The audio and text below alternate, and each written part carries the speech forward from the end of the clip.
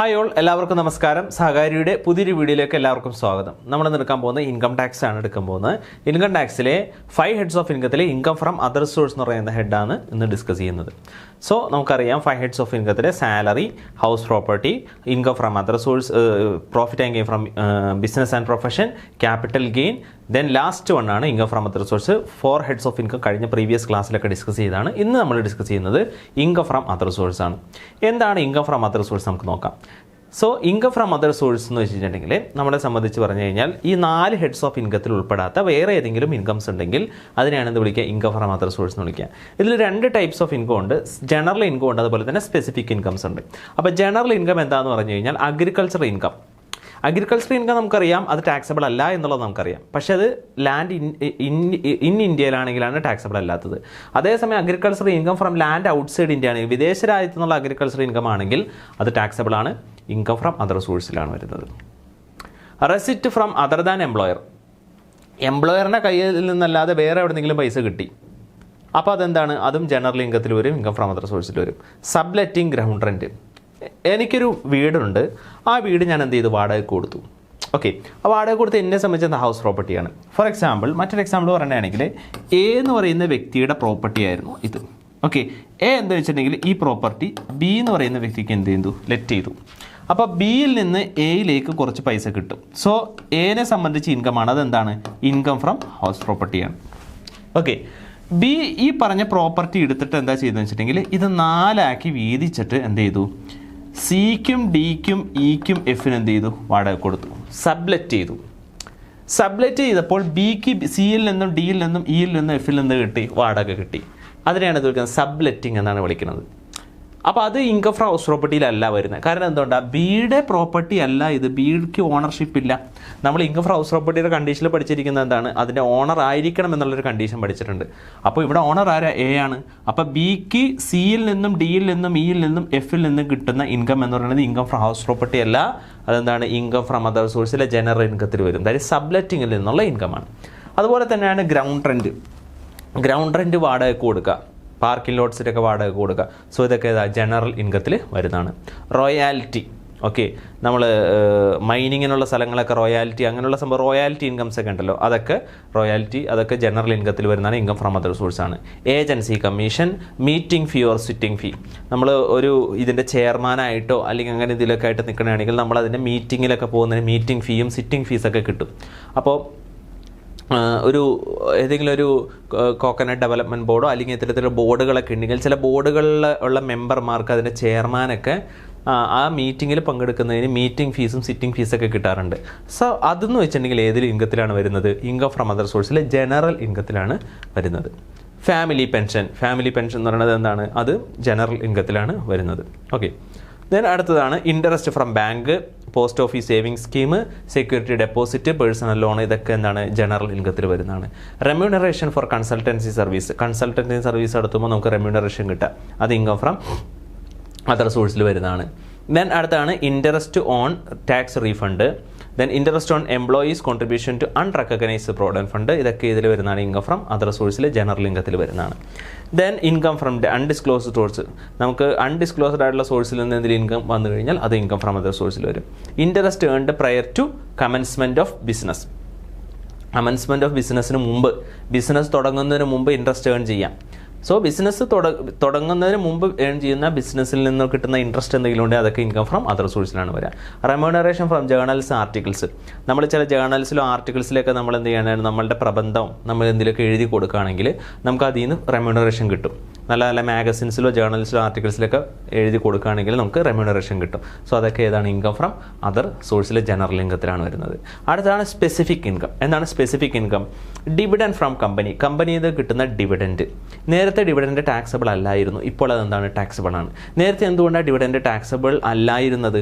പണ്ട് dividend distribution tax എന്ന് പറയുന്നൊരു ടാക്സ് ഉണ്ടായിരുന്നു, ഇപ്പോൾ അതില്ല. അപ്പോൾ ഡിവിഡൻഡ് ഡിസ്ട്രിബ്യൂഷൻ ടാക്സ് ഉണ്ടായിരുന്നപ്പോൾ നമുക്ക് ഡിവിഡൻഡ് കിട്ടുമ്പോൾ ടാക്സ് അടയ്ക്കേണ്ട കാര്യമില്ല. ഇപ്പോൾ ഡിവിഡൻഡ് ഡിസ്ട്രിബ്യൂഷൻ ടാക്സ് എന്നുള്ള ടാക്സ് അവോയ്ഡ് ചെയ്തതുകൊണ്ട് അത് റിസീവ് ചെയ്യുന്ന വ്യക്തി, കമ്പനിയുടെ കയ്യിൽ നിന്ന് ഡിവിഡൻഡ് റിസീവ് ചെയ്യുന്ന ഷെയർ ഹോൾഡർ ടാക്സ് അടയ്ക്കേണ്ടി വരും. ഏത് ഹെഡിൽ, ഇൻകം ഫ്രം അതർ സോഴ്സിലെ സ്പെസിഫിക് ഇൻകത്തിലാണ് വരിക. Winning from lottery, crossword puzzles, gambling, betting, horse race, card games, games of any sort.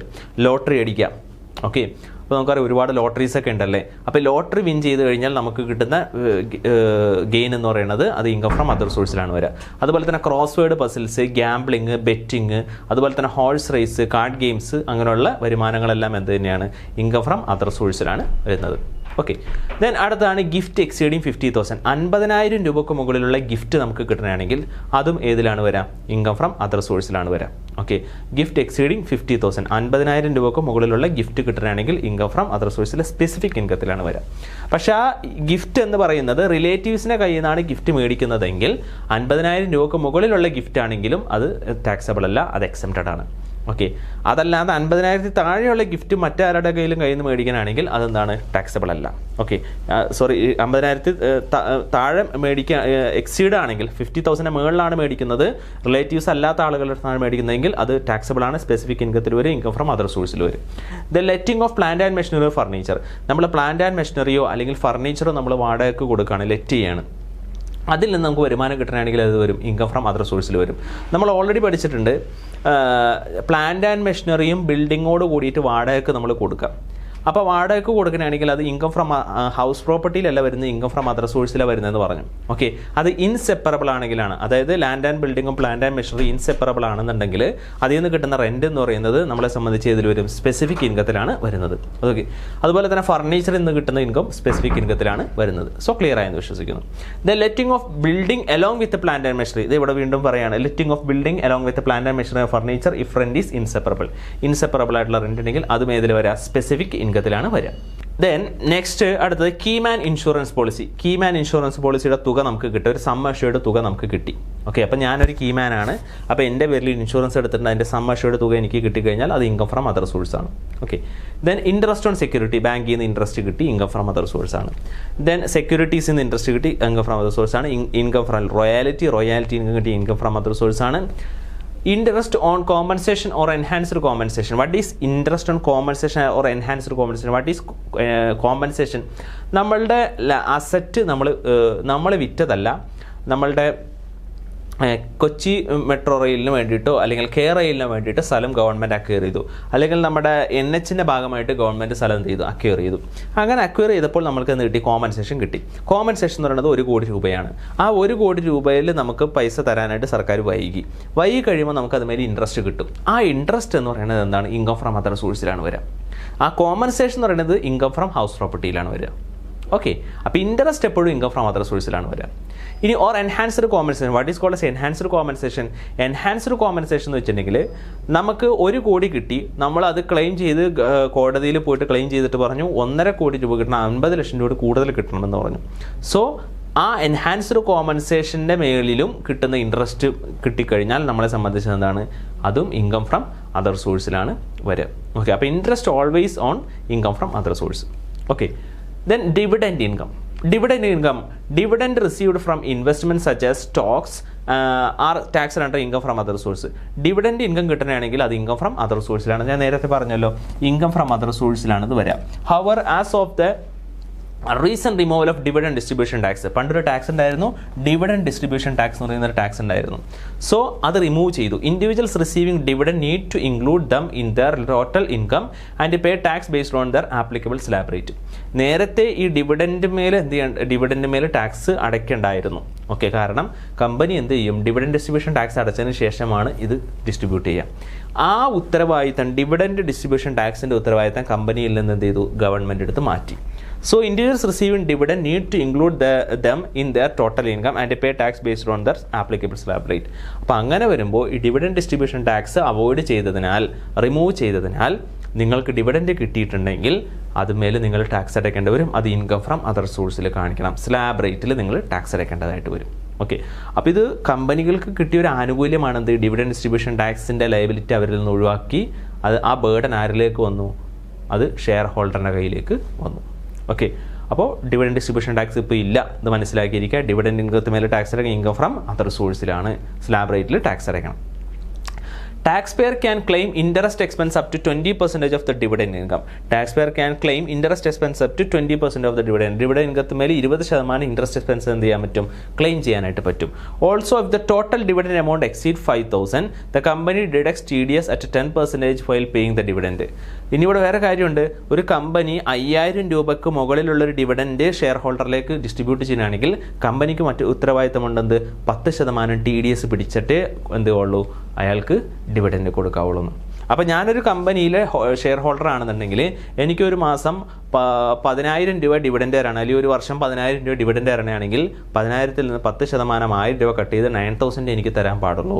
Okay, അപ്പോൾ ഡിവിഡൻഡ് മേൽ എന്ത് പിടിക്കേണ്ട വരും, TDS പിടിക്കേണ്ട ഉത്തരവാദിത്തം കമ്പനിക്കുണ്ട്.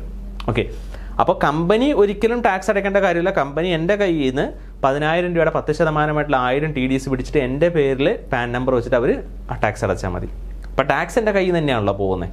ഓക്കെ, പണ്ട് അങ്ങനെ അല്ലായിരുന്നു. ഡിവിഡൻഡ് ഡിസ്ട്രിബ്യൂഷൻ ടാക്സിൻ്റെ കേസിൽ എന്ന് വെച്ചിട്ട് കമ്പനി ടാക്സ് അടയ്ക്കും. ടാക്സ് അടച്ചതിന് ശേഷം ബാലൻസ് വരുന്ന പ്രോഫിറ്റാണ് എന്ത് ചെയ്യുന്നത്, ആളുകളിലേക്ക് ഡിസ്ട്രിബ്യൂട്ട് ചെയ്യുന്നത്. ഓക്കെ, ഇപ്പോൾ കഥ മാറി. ഓക്കെ, ദെൻ അടുത്താണ് dividend received from an Indian company. നിങ്ങൾക്ക് ഇന്ത്യൻ കമ്പനിയിൽ നിന്ന്, ഫോർ എക്സാമ്പിൾ ടാറ്റയിൽ നിന്നോ റിലയൻസിൽ നിന്നോ ITCയിൽ നിന്ന്, ഇന്ത്യൻ രൂപ കമ്പനിയിൽ നിന്നോ അല്ലെങ്കിൽ മഹീന്ദ്രയിൽ നിന്നോ നിങ്ങൾക്ക് എന്ത് കിട്ടണതാണ്, ഡിവിഡൻഡ് റിസീവ് ചെയ്യണം. Dividend received from an Indian company. After the abolition of dividend distribution tax DDT, the taxability of dividend income is now in the hands of the investor. ഇൻവെസ്റ്ററിൻ്റെ കയ്യിലാണ്, അയാളാണ് ടാക്സ് അടയ്ക്കേണ്ടത്. Old versus new provision for taxability of dividend income. Okay, the dividend is received from an Indian company was exempt until 31st March 2020. അതായത് financial year 2019-20 വരെ, 2019-2020 കാലഘട്ടം വരെ നമ്മളെ സംബന്ധിച്ച് ഡിവിഡൻഡ് ഇന്ത്യൻ കമ്പനിയിൽ നിന്ന് ഡിവിഡൻഡ് റിസീവ് ചെയ്താൽ അതെന്തായിരുന്നു, എക്സംപ്റ്റഡ് ആയിരുന്നു. That was because the company declaring such a dividend already paid dividend distribution tax. ആ ഡിവിഡൻഡ് മേലുള്ള ടാക്സ് അടച്ചതിന് ശേഷമാണ് നമുക്ക് എന്ത് തരാം, ഡിവിഡൻഡ് തരാം. അപ്പോൾ ഈ ടാറ്റയും റിലയൻസ് HDFC ഇൻഫോസിസ് ഒക്കെ ഇന്ത്യൻ കമ്പനീസ് ആണല്ലോ. അവർ ഡിവിഡൻഡ് ഡിസ്ട്രിബ്യൂട്ട്, അവരുടെ ഷെയർ ഹോൾഡറാണ് നമ്മളെങ്കിൽ നമുക്ക് ഡിവിഡൻഡ് തരുമ്പോൾ അവർ ഡിവിഡൻഡ് ഡിസ്ട്രിബ്യൂഷൻ ടാക്സ് അടച്ചതിന് ശേഷമാണ് നമുക്ക് എന്ത് തരാം, ഡിവിഡൻഡ് തരാം. അപ്പോൾ പിന്നെ നമ്മൾ ടാക്സ് അടയ്ക്കണോ, വേണ്ട. 2019 മുതൽ 2020 അങ്ങനെ ആയിരുന്നു. 2019-2020 കഴിഞ്ഞിട്ട് മാർച്ച് 31st 2020 ശേഷം അവരെന്ത് ചെയ്തു, ഡിവിഡൻഡ് ഡിസ്ട്രിബ്യൂഷൻ ടാക്സ് എന്ന് പറയുന്ന ടാക്സ് അബോളിഷ് ചെയ്തു. ഇത് ആർക്ക് ഗുണമായി, ഇത്തരത്തിലുള്ള കമ്പനികൾക്ക് അതൊരു ഭയങ്കര അഡ്വാൻറ്റേജ് ആയിട്ട് മാറി. പക്ഷേ ഇൻവെസ്റ്ററെ സംബന്ധിച്ച് അതൊരു ബുദ്ധിമുട്ടാണ്, അവർ ടാക്സ് അടയ്ക്കേണ്ടി വരും. ഓക്കെ, മാത്രമാണോ ഈ കമ്പനികളിൽ നിന്ന് ഡിവിഡൻഡ് നമ്മൾക്ക് കിട്ടുന്നതാണെങ്കിൽ ആ ഡിവിഡൻഡ് 5,000 രൂപക്ക് മുകളിലുള്ള ഡിവിഡൻഡ് ഉണ്ടെങ്കിൽ ഈ കമ്പനിക്ക് ഒരു ഉത്തരവാദിത്തമുണ്ട്. എന്താണ് ഉത്തരവാദിത്തം, 5,000 രൂപക്ക് മുകളിൽ ഡിവിഡൻഡ് കൊടുത്താൽ എൻ്റെ കയ്യിൽ നിന്ന് എന്ത് ചെയ്യണം, 10% TDS പിടിച്ച് എൻ്റെ പേരിൽ അടയ്ക്കണം. ഓക്കെ, അപ്പോൾ ഞാൻ ഉറപ്പായിട്ടും എന്ത് ചെയ്യേണ്ടി വരും, ടാക്സ് അടയ്ക്കേണ്ടി വരും. ഓക്കെ, സോ ഇതാണ് TDS എല്ലാവർക്കും അറിയാമെന്ന് വിചാരിക്കുന്നു. Then, however, the Finance Act 2020 changed the method of dividend taxation. Henceforth, all dividend received on after 1st April 2020 is taxable in the hands of the investor or shareholder. Winning from lottery, crossword puzzles, gambling, betting, horse race, card games or gains of sort, ഇതെല്ലാം എന്താണ്, taxable ആണ്. Okay.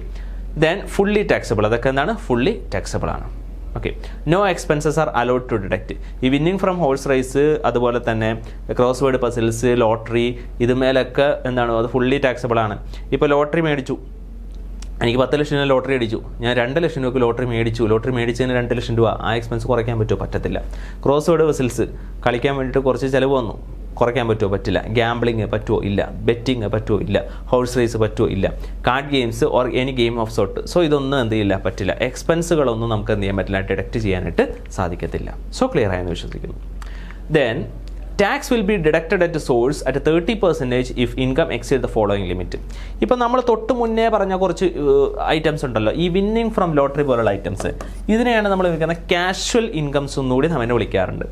So ഇതിന്മേലും നമ്മൾ TDS അടയ്ക്കേണ്ടതായിട്ട് വരും. അപ്പോൾ എങ്ങനെയാണ് അതിൻ്റെ TDS അടയ്ക്കേണ്ടത്? അതായത് നിങ്ങൾക്ക് ലോട്ടറി അടിക്കണമെങ്കിൽ tax will be deducted at source at 30%, 30% TDS പിടിക്കും. If income exceeds the following limit. If income from winning from lottery, crossword puzzles, card games, gambling or betting exceed ₹10,000, 10,000 രൂപക്ക് മുകളിൽ നിങ്ങൾക്ക് എന്ത് കിട്ടണതാണ്, ലോട്ടറി അടിക്കുകയാണ്, ക്രോസ് വേർഡ് പസിൽസിൽ നിന്നോ card ഗെയിംസിൽ നിന്നോ ഗാംബ്ലിങ്ങിൽ നിന്നോ നിങ്ങൾക്ക് വരുമാനം കിട്ടണമെങ്കിൽ എന്ത് ചെയ്യേണ്ടി വരും, 30% TDS അടയ്ക്കേണ്ടി വരും. വിന്നിങ് ഫ്രം ഹോഴ്സ് റേസിൽ 5000 രൂപയ്ക്ക് മേളിൽ ഹോഴ്സ് റേസിൽ നിന്ന് വരുമാനം കിട്ടണമെങ്കിൽ 30% TDS അടയ്ക്കേണ്ടി വരും. If tax is deducted at a source, the amount received plus tax deducted will be included in the income. If net income is given, should grossed up, that is gross income is equal to net amount into 100 divided by 100 minus TDS rate. Simple ആയിട്ട് പറഞ്ഞു കഴിഞ്ഞാൽ നിങ്ങൾക്ക് lottery അടിച്ചപ്പോൾ നിങ്ങളുടെ കയ്യിലേക്ക് കിട്ടിയത് 70,000 ആണെന്ന് വിചാരിച്ചു. അപ്പോൾ ലോട്ടറി തരുന്ന സംസ്ഥാന സർക്കാരാണല്ലോ, സംസ്ഥാന സർക്കാരിന് ലോട്ടറിയാണ് അടിച്ചത്. ഓക്കെ, 1 ലക്ഷം രൂപയുടെ ലോട്ടറിയാണ് അടിച്ചത്. 70,000 നിങ്ങളുടെ കയ്യിലേക്ക് കിട്ടിയിട്ട് എന്താ അതിൻ്റെ അർത്ഥം? 30% TDS പിടിച്ചിട്ടാണ് നിങ്ങൾക്ക് ആ പൈസ തന്നത്.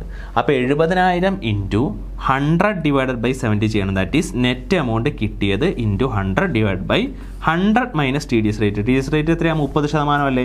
100 മൈനസ് TDS റേറ്റ് എത്ര? 70. That is net amount into 100 divide by 70. Net amount 70,000 into 100 divide by 70 1 lakh. അതായത് സത്യത്തിൽ നിങ്ങൾക്ക് ലോട്ടറി അടിച്ചത് 1 ലക്ഷം രൂപയാണ്. പക്ഷേ സർക്കാർ എത്രയാണെന്നുള്ളൂ? 70,000. ബാക്കി 30,000 എന്ത് ചെയ്തു? നിങ്ങളുടെ അടുത്ത് TDS പിടിച്ചു. എന്നിട്ട് TDS പിടിച്ചിട്ട് സർക്കാർ എന്ത് ചെയ്തു? സംസ്ഥാന സർക്കാർ എന്ത് ചെയ്ത്?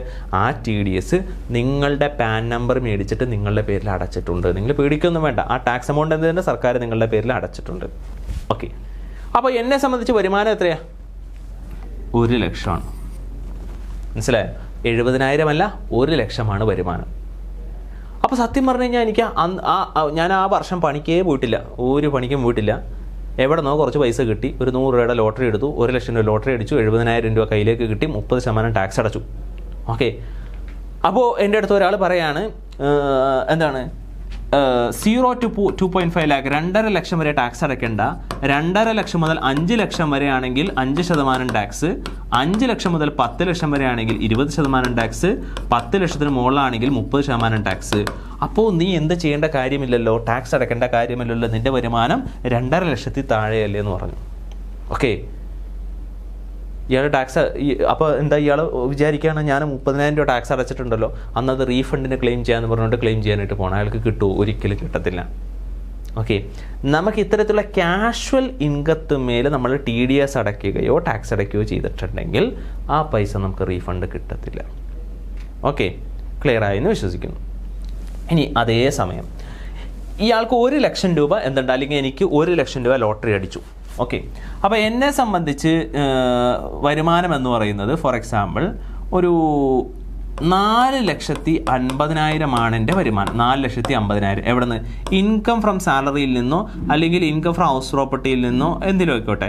For example profit and gain from business or profession, അതിൽ നിന്ന് എനിക്ക് എത്ര കിട്ട്? 4 ലക്ഷത്തി എല്ലാ ഡിഡക്ഷനൊക്കെ ക്ലെയിം ചെയ്തിട്ട് 4,50,000 ടാക്സ് ഉണ്ട്. എല്ലാ ഡിഡക്ഷനെല്ലാം ക്ലെയിം ചെയ്ത് കഴിഞ്ഞിട്ട് 4,50,000 ഉണ്ട്. അപ്പോൾ എൻ്റെ ടോട്ടൽ ഇൻകം എത്രയായിട്ട് മാറും? 4,50,000 പ്ലസ് 1 ലക്ഷം.